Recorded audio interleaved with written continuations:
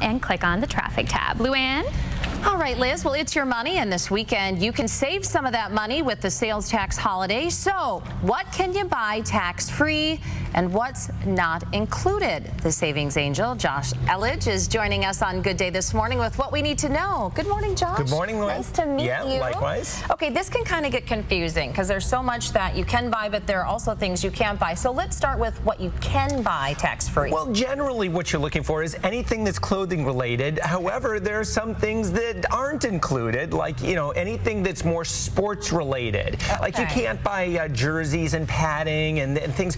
Jerseys, actually, I think you could, but padding and knee pads Nothing and for sporting football. equipments, no, generally not. So but you can buy a gi for martial arts. That would be included. A hunting vest would be included, for example. The list is crazy. Yeah, it's kind of funny. Kids need that to get back to school, a little hunting vest action? I'm not exactly sure who makes those decisions in Tallahassee, but that's not my job. Okay, so clothing, yes. Yes. Most clothing. Yes, and school supplies. But then again, there are some office and school supplies that are not included. Like? Stapler. You would think a stapler would be included, but staplers are not included in that.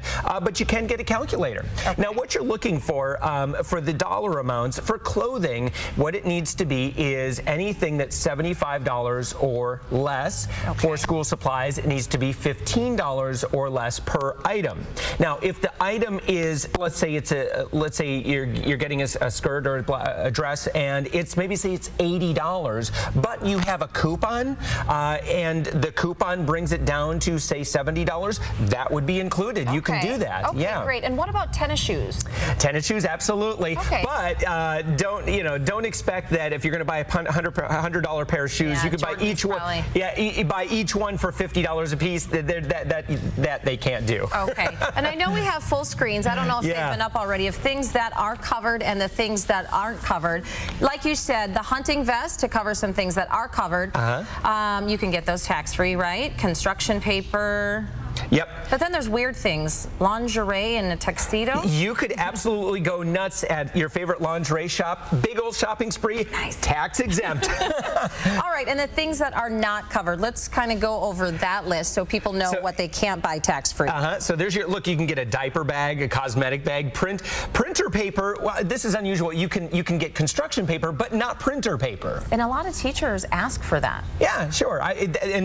Do you think that your high school student is going to go through some printer paper this year? I would imagine so. Definitely. But the construction paper is covered, so there are some things. All right. Now, so here's my bottom line advice when it comes to should you go nuts, because there's a lot of sales, a lot of activities, a lot of the malls, a lot of them are having big parties and DJs coming out and so forth, and there are going to be a lot of shoppers.